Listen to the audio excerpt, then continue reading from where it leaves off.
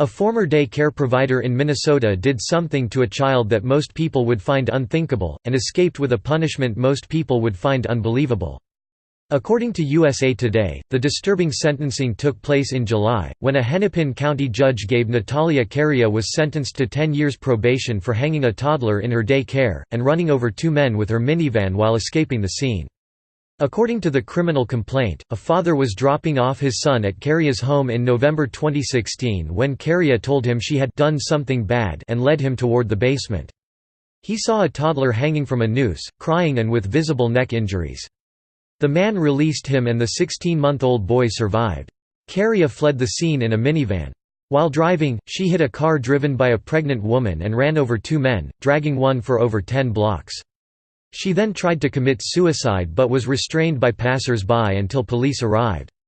According to the Minneapolis Star-Tribune, Karia pleaded guilty to attempted murder and criminal vehicular operation. Karia's defense painted the case as one of mental illness caused by abuse. The trauma her victims suffered is undeniable, said Karia's attorney Brock Hunter, according to CARE TV. I'm sure many of them will be scarred for the rest of their life psychologically.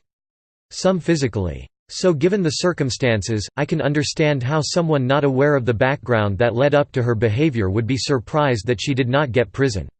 In May, Karia's son Dennis Karia testified his mother suffered abuse from her husband in America and in the Ukraine, according to USA Today.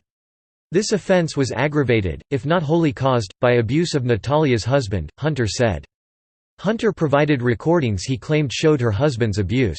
The father who saved the toddler said he didn't think Karia was truly guilty either. I believe what transpired that day was not a reflection of her and who she was, from everything I've gathered from people. With a lot of medical care and treatment and support, I don't think she poses a risk to the public or her children, he said, according to USA Today.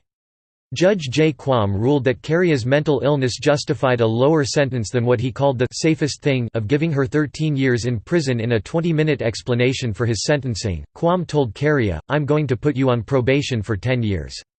If you make it through 10 years, I have absolutely no doubt that all this will be safe, and that I will have made the right choice here today," he said, according to CARE.